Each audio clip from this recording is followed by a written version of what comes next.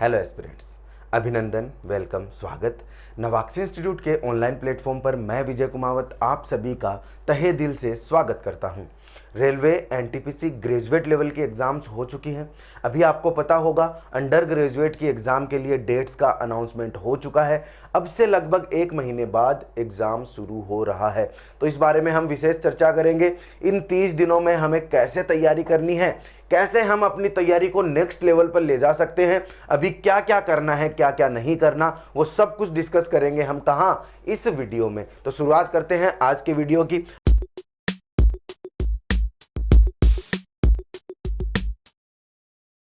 यहां पर exam dates के बारे में आप सबको पता है, फिर भी हम वीडियो की शुरुआत कर रहे हैं तो एक बार चर्चा कर लेते हैं। 7 अगस्त से लेकर 8 सितंबर तक ये एग्जाम्स होंगी, यानी अब से 7 अगस्त के लगभग 1 महीना पड़ा है, लेकिन 8 सितंबर तक तो है।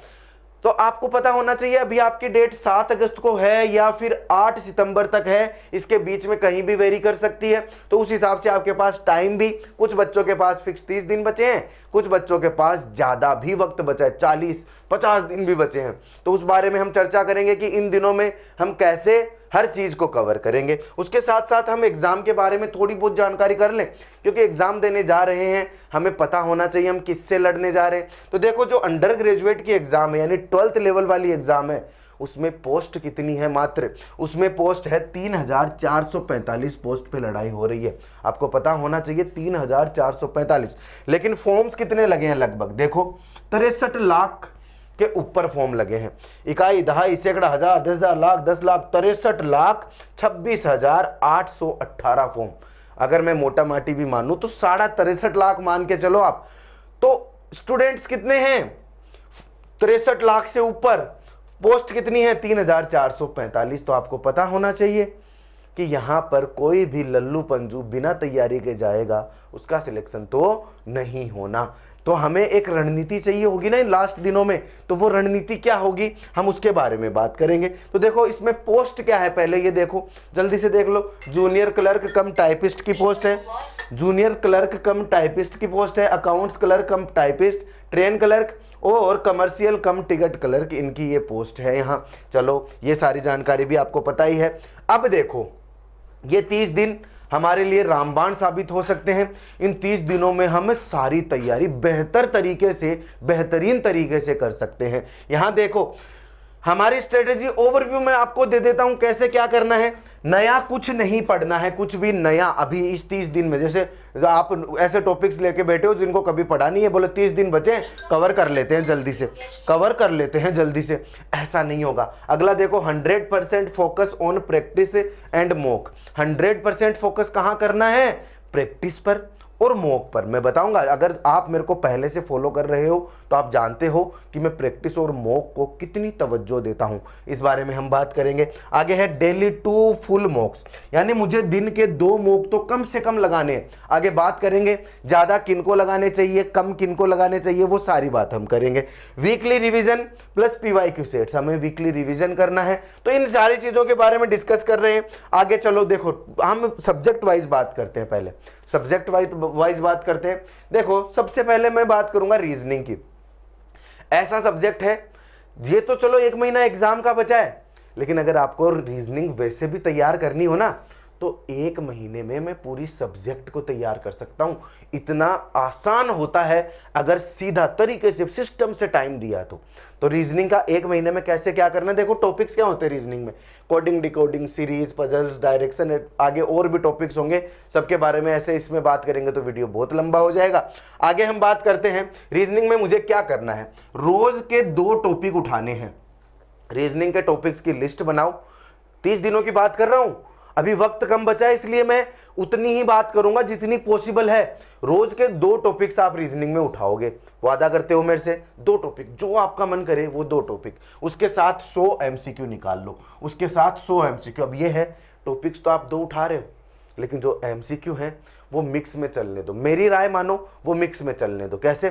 जैसे 2 टॉपिक साथ साथ चल रहे हैं, साथ साथ में हमारी पूरे टॉपिक्स की प्रैक्टिस भी हो रही है। हो सकता है स्टार्टिंग में आप 2-4 टॉपिक पढ़ो ना, तब तक आप सिर्फ टॉपिक विशेष के एमसीक्यू देखो, लेकिन उसमें टाइम बहुत ज़्यादा वेस्ट होगा। आप ढूंढोगे एमसीक्यू वगैरह, रीजनिंग के जहां भी आपको अच्छे एमसीक्यू मिलते हैं साथ साथ में कवर करते जाओ। मॉक टेस्ट में समय प्रबंधन हमें सीखना है। अगर आप मॉक टेस्ट देखते हो तो रीजनिंग सब्जेक्ट ऐसी है जिसमें हमें वक्त नहीं देना है। रीजनिंग के सवाल हमें लल्लू से लगते हैं, हमें लगता है मैं कर लूंगा, हम कर सकते हैं, लेकिन ऐसा नहीं होता, हमें टाइम बहुत कम देना है। तो जब मॉक टेस्ट लगाओ इसके, तो इसमें मुझे क्या सीखना है? मॉक टेस्ट जब लगाओ तो मुझे किस चीज पे ध्यान देना है? समय प्रबंधन पे ध्यान देना है। वैसे तो हर सब्जेक्ट में समय प्रबंधन पे ध्यान देना है, लेकिन रीजनिंग में क्या होता है, रीजनिंग में हमें पता ही नहीं चलता हमने कितना टाइम वेस्ट कर दिया। इसलिए मैंने स्पेशल ये बोला है टारगेट देखो 30 क्वेश्चंस इन 25 मिनट। 25 मिनट में 30 क्वेश्चन आपको करने हैं। 25 मिनट में नहीं, यहां पे हाँ 25 मिनट में 30 क्वेश्चन आप कर रहे हो। समझ गए मेरी बात? चलते हैं आगे। टूल्स क्या होंगे आपके पास? प्रैक्टिस सेट होंगे, बस सीधा सा सिंपल सा प्रैक्टिस सेट आपके पास होना चाहिए जिससे आप प्रैक्टिस करोगे।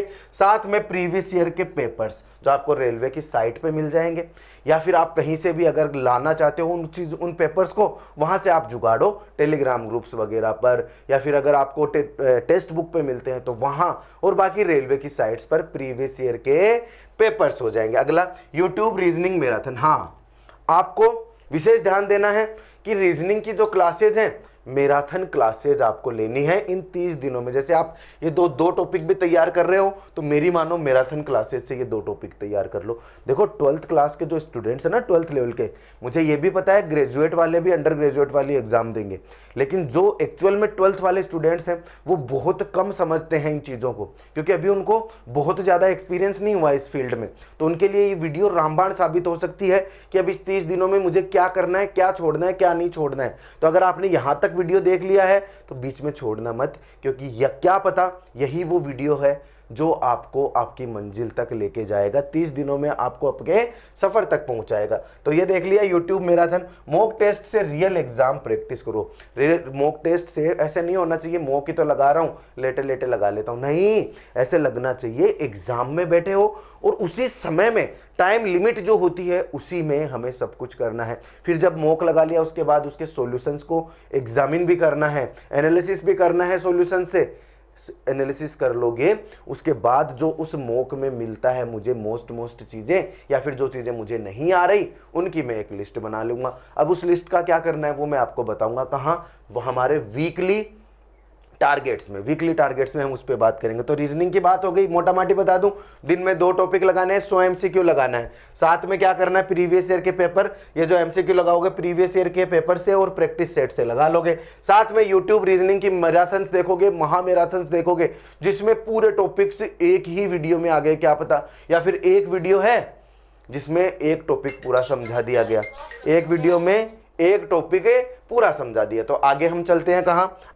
अब हम बात करेंगे मैथ सब्जेक्ट की स्ट्रेटेजी की। रीजनिंग का पूरा क्लियर हो गया क्या करना है, अब मैथ की बात कर लेते हैं। तो मैथ में क्या है, देखो ये टॉपिक्स है बोर्ड मास, परसेंटेज, SICI, ज्योमेट्री, DI वगैरह वगैरह, जितने भी टॉपिक्स है। उसके साथ हम बात करते हैं इसमें भी क्या, डेली के 2 टॉपिक्स। यहाँ मैथ में भी हमें डेली के 2 टॉपिक्स, मैं टाइम भी बता दूंगा कैसे कैसे हमें टाइम, किस टाइम पे क्या पढ़ना है। लेकिन आपको मैं मोटा मोटी ये बात बता दूं कि मैथ में भी दिन के 2 टॉपिक्स अभी हमें देखने हैं।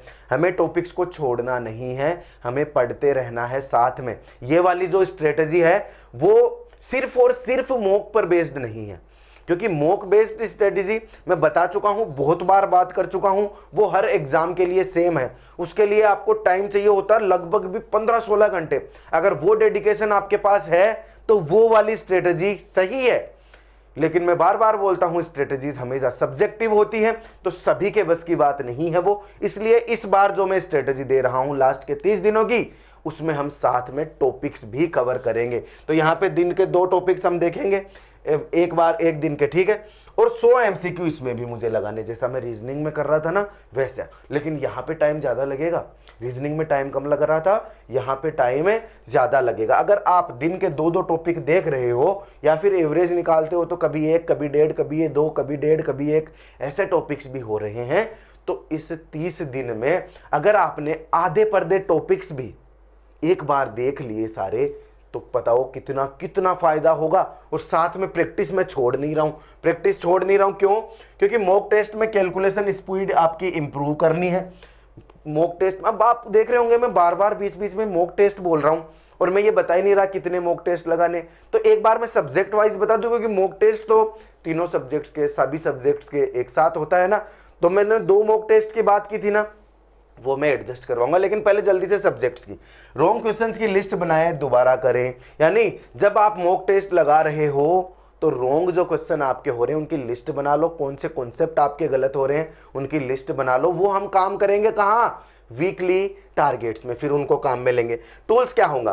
देखो, एक तो फॉर्मूला शीट आपके पास होनी चाहिए। इतने दिनों तक आपने पढ़ाई की है तो आपके पास फॉर्मूला शीट तो होगी, जिसमें सारे फॉर्मूलाज एक जगह होंगे, या फिर कहीं से जुगाड़ो यार, किसी के पास होंगे सारे फॉर्मूलाज एक जगह लिखे हुए, प्रॉपर तरीके से लिखे हुए, तो वो फॉर्मूला शीट आपके पास होनी चाहिए। यूट्यूब फास्ट रिवीजन प्लेलिस्ट, यानी ऐसी कोई प्लेलिस्ट ढूंढो यूट्यूब पर जिसमें आपको जल्दी से जल्दी टॉपिक्स का रिवीजन करवा दिया जाए, सारे टॉपिक्स आपको समझा दिए जाए। साथ में mock test based error tracker, यानी मॉक टेस्ट जब आप लगा रहे हो, ये तो सीधी सी बात है, जो जो गलतियां हो रही हैं उनको साइड में लिखो, उनको ट्रैक करो कि मेरी क्या गलतियां हो रही हैं। चलो मैथ की बात कर लेते हैं, फिर जल्दी से मॉक टेस्ट के बारे में बात कर रहे हैं। अगला क्या है? जीके जीएस जी, इसकी जो स्ट्रेटेजी है वो history, science, current affairs, polity, geography सारी इसमें आ गई जीके जीएस में।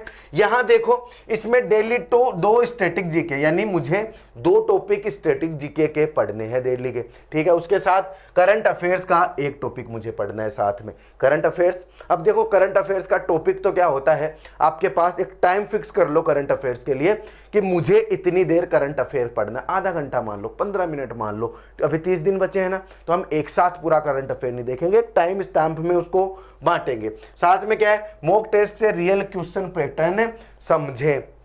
अब देखो, मॉक टेस्ट में जो क्वेश्चन आते हैं उनसे आपको पता चल जाएगा किस लेवल के, और साथ में आप क्या, जो आपके ग्रेजुएट लेवल की एग्जाम लगी है ना, उसके सारे पेपर्स, ग्रेजुएट लेवल की एग्जाम के सारे पेपर्स क्या हो सकते हैं? आपकी प्रैक्टिस सेट हो सकती है, क्योंकि रेलवे में चीजें रिपीट होती हैं।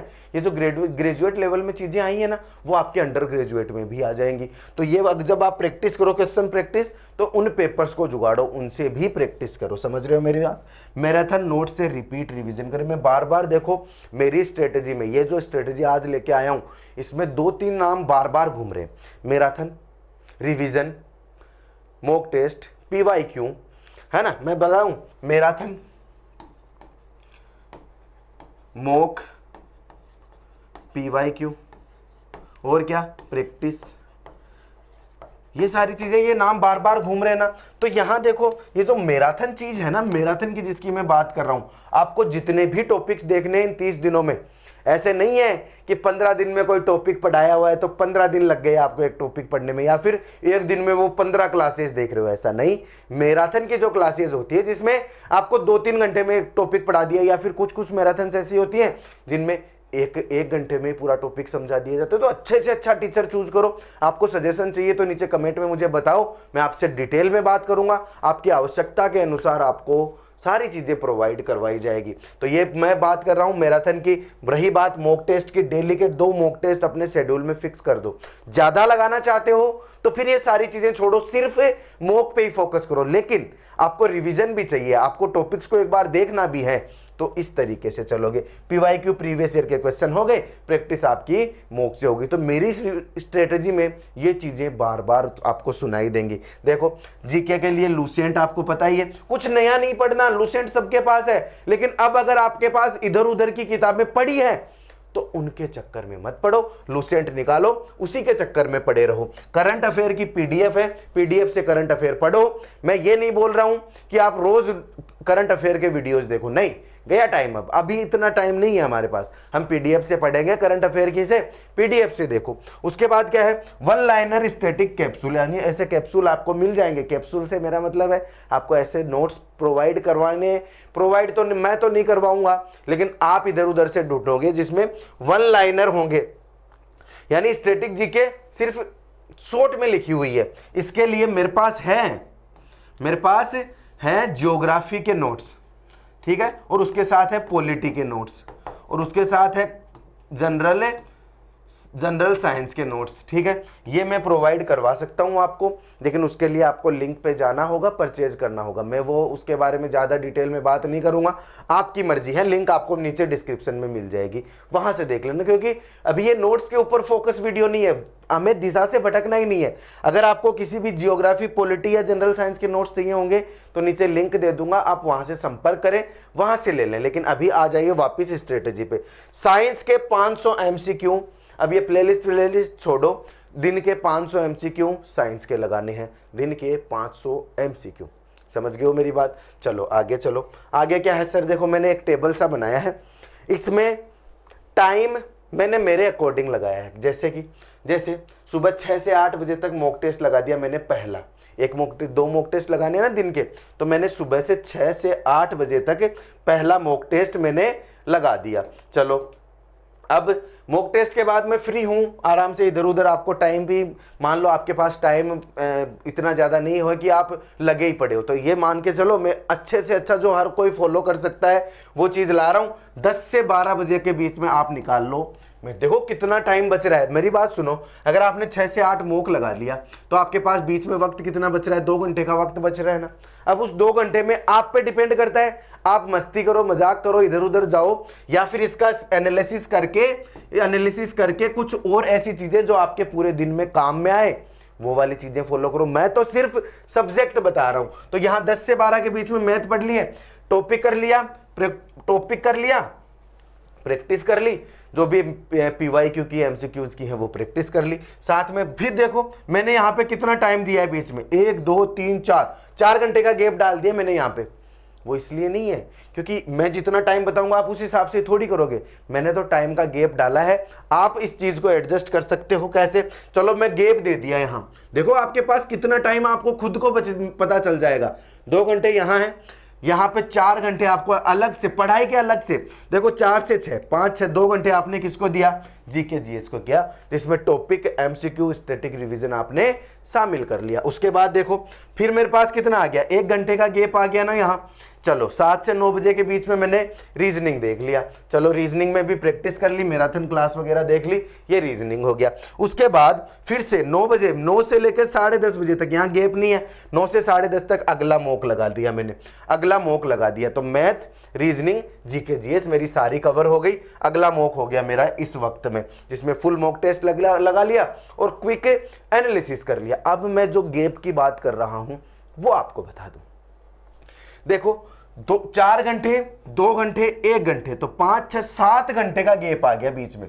सुबह से लेके सुबह 8 बजे से, सुबह 6 बजे से लेकर 10:30 के बीच में मैंने मेरी पूरी स्टडी भी कर ली, उसके अलावा मुझे ये 7 घंटे भी मिल गए। अब अगर आपको लगता है कहीं कमी रह रही है, अगर आपको लगता है मुझे इस सब्जेक्ट में एक्स्ट्रा टाइम देना है, इसमें एक्स्ट्रा टाइम देना है, इसमें एक्स्ट्रा टाइम देना है, तो इस 7 घंटे में से ले लो ना।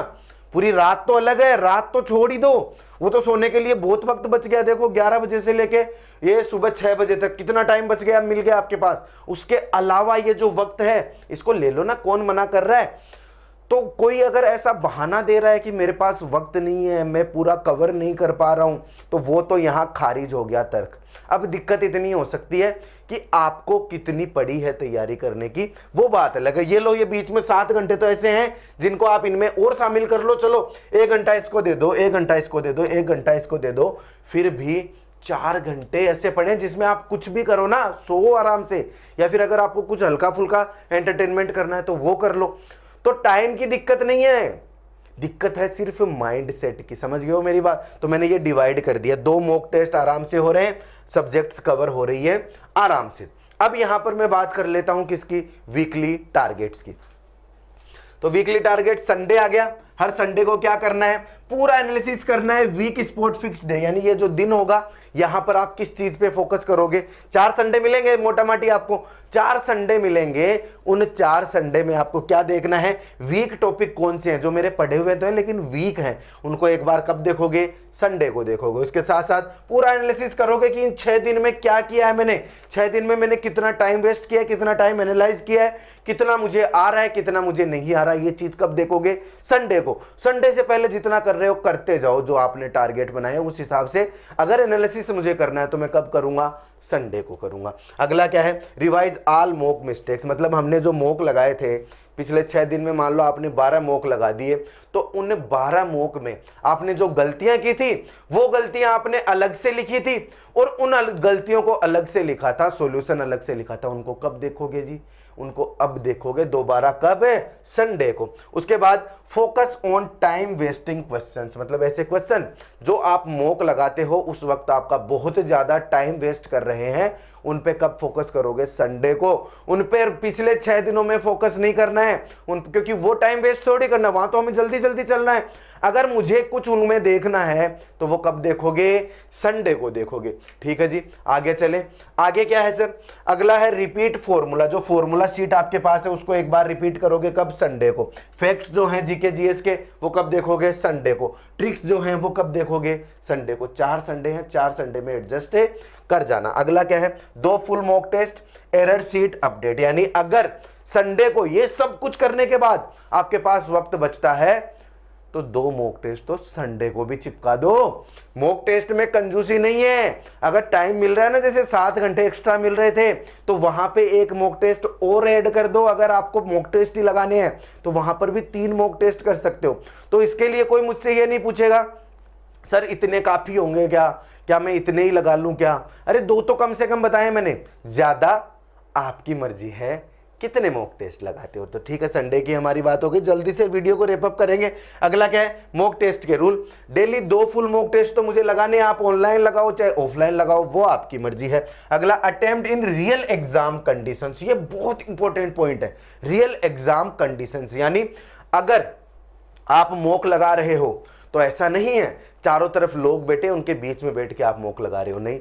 या फिर आप एकदम अंधेरे कमरे में बिल्कुल अपने बेड पे लेटे लेटे मॉक लगा रहे हो, नहीं। बिल्कुल कमरे की लाइट जली हुई होनी चाहिए, आप बेंच पे बैठे हुए होने चाहिए। अगर आपके पास पीसी या फिर लैपटॉप है तो उस पे मॉक लगाना। ऐसे नहीं है कि मोबाइल पे लगा रहे हो। अगर पीसी लैपटॉप नहीं है तो मोबाइल पे लगा रहे हो, समझ आता है। लेकिन अगर है तो प्रॉपर जैसे एग्जाम में सेटअप होता है ना, उसी हिसाब से और शिफ्ट के हिसाब से। जैसे आपको 3 शिफ्ट पता होगी कि उनसे कौन से टाइम पे एग्जाम होगी, उन्हीं शिफ्ट्स में मॉक टेस्ट लगाओ। अगर आपको पता चल जाए मेरा एग्जाम किस शिफ्ट में है, उसके बाद उसी शिफ्ट में एग्जाम मॉक टेस्ट लगाओ। समझ रहे हो मेरी बात, ताकि रियल कंडीशंस आपको मिले। चलो यहाँ क्या है? बाद में एनालिसिस करो, गलतियों से सीखो। एनालिसिस तो करना ही है मॉक टेस्ट, ये मॉक टेस्ट के नियम है कि मॉक टेस्ट लगाने तो ये चीजें मुझे ध्यान रखनी ही है। आगे क्या है? मॉक टेस्ट एरर बुक बनाओ, वो आप सब समझो। अगर नवाक्सी इंस्टीट्यूट को स्टार्टिंग से फॉलो कर रखा है तो आपको ये चीज पता है कि अगर मैं मॉक वगैरह लगा रहा हूं तो उसका सॉल्यूशंस जो मुझे नहीं आ रहे उनकी मेरी अलग से नोटबुक तैयार होती रहती है, तो वो कोई अलग से समझाने की मुझे जरूरत है नहीं। आगे चले। अगला क्या है? बात ये है केवल रिवीजन। देखो लास्ट के 7 दिन हमने इतने दिन कर लिए, अब आपकी एग्जाम जब भी है, जैसे मान लो अभी से आपकी एग्जाम के 50 दिन बचे हैं, तो उसमें लास्ट के 7 दिन, या फिर एग्जाम के 25 दिन बचे हैं तो उसमें लास्ट के 7 दिन क्या करना है वो मैं बता दूं आपको। लास्ट के 7 दिन में केवल रिवीजन करना है। मॉक टेस्ट में रिपीट मॉक टेस्ट ही लगाने हैं। जितना टाइम मिल गया उतने मॉक टेस्ट लगा देने हैं। आगे क्या है? एक मॉक टेस्ट तो लगाना ही लगाना है। कुछ बच्चे नहीं लगा पाते लास्ट के 7 दिन में, तो एक मॉक टेस्ट तो कम से कम है। 7 लगाओ, 5 लगाओ, 4 लगाओ, 3 लगाओ, वो तो आपके स्टेमिना पे डिपेंड करता है। और अगर आपने 1 महीने मेरे तरीके से जो मैंने पीछे आपको बताया है लगातार आपने कर लिया तो आपके लिए ये कोई बड़ी बात नहीं होगी। वीक टॉपिक ब्रशअप, मतलब वीक टॉपिक्स को एक बार देख लो, इसमें तो मैंने लिखा है ब्रशअप कर लो उनको। जैसे वीक से मेरा मतलब क्या है? आपने पढ़ा है, अच्छे से तैयार किया, लेकिन फिर भी उसमें कुछ चीजें हैं जो आपकी स्लिप हो जाती है, तो उन चीजों को एक बार ब्रशअप कर लो। और ज्यादा ही वीक है, ज्यादा ही कुछ ही नहीं समझ आ रहा है, तो छोड़ो उसको, ठंडे बस्ते में डालो। अब उस पर टाइम वेस्ट नहीं करना है, जो पढ़ा हुआ है उसी पे टाइम इन्वेस्ट करना है। पॉजिटिव माइंडसेट रखना है। ऐसा नहीं है कि मेरा क्या होगा, अब मेरा क्या होगा, ये नहीं सोचना है। जो होगा देखा जाएगा। हमने अच्छा अपना टाइम दे दिया, पूरी तैयारी कर ली है, अब मैं मॉक टेस्ट लगाता हूं, उसमें जितने भी नंबर आ रहे हैं मेरे को वो मंजूर है। क्या पता एग्जाम देने जाऊं वहाँ मेरी किस्मत अच्छी हो, वहाँ पे अच्छे नंबर इंप्रूव हो जाए, 10-15 नंबर में ऐसे आ जाए जिससे मेरा सिलेक्शन हो जाए। तो बात इतनी सी है, ये सारी चीज़ें मैं आपको बता चुका हूँ। बार बार हम डिस्कस करते हैं, जब भी एग्ज़ाम आती है, कोई भी एग्ज़ाम आती है तो मैं उनमें आपको ये सारी चीज़ें बताता रहता हूँ। लेकिन वीडियो ख़त्म करने से पहले आपको एक चीज़ बता दूँ फिर से, पोस्ट है 3,445 और फॉर्म लगे हैं कितने, 63 लाख से ऊपर। लेकिन ऐसा भी है 63 लाख ने फॉर्म भरा है तो सभी एग्जाम देने नहीं आएंगे, तो थोड़ा कंपटीशन तो वैसे कम हो जाएगा। लेकिन कितना कम हो जाएगा यार, कितना कम हो जाएगा। एक पोस्ट पे कितने कितने बच्चे आएंगे, एक पोस्ट पे 1500 2000 के लगभग तो बच्चे आएंगे। तो कंपटीशन है, तो ऐसा भी नहीं है कि कुछ नहीं पड़ा मुंह उठा के चले गए। तो जो वापस रुपए लाने के चक्कर में जा रहे हो ना, जो फॉर्म लगाए उसके रुपए वापस ले लेंगे, उतने रुपए तो किराए खर्चे में ही खर्च कर दोगे, कोई मतलब नहीं है। अगर कुछ नहीं पढ़ा है तो फालतू में भीड़ लगाने की जरूरत नहीं है। क्योंकि पेपर, लोग ऐसे बोलते हैं कि पेपर दे के आओगे तो पता ही चलेगा कैसा पेपर। क्या पता चलेगा, अरे जिसने कुछ नहीं पढ़ा उसको कुछ पता नहीं चलता, आसपास से होके ही नहीं गुजरती उसके एग्जाम। समझ गए मेरी बात? तो कोई मतलब नहीं है, फालतू टाइम वेस्ट करने की जरूरत नहीं है। लेकिन अगर इस 30 दिन में इस तरीके से आप पढ़ के कुछ अपने आप को ब्रश अप करना चाहते हो तो फोकस जरूर कीजिएगा। अगर कोई दिक्कत हो तो नीचे कमेंट में मुझे बताइएगा जरूर। मिलते हैं अगले वीडियो में, तब तक के लिए जय हिंद, जय भारत।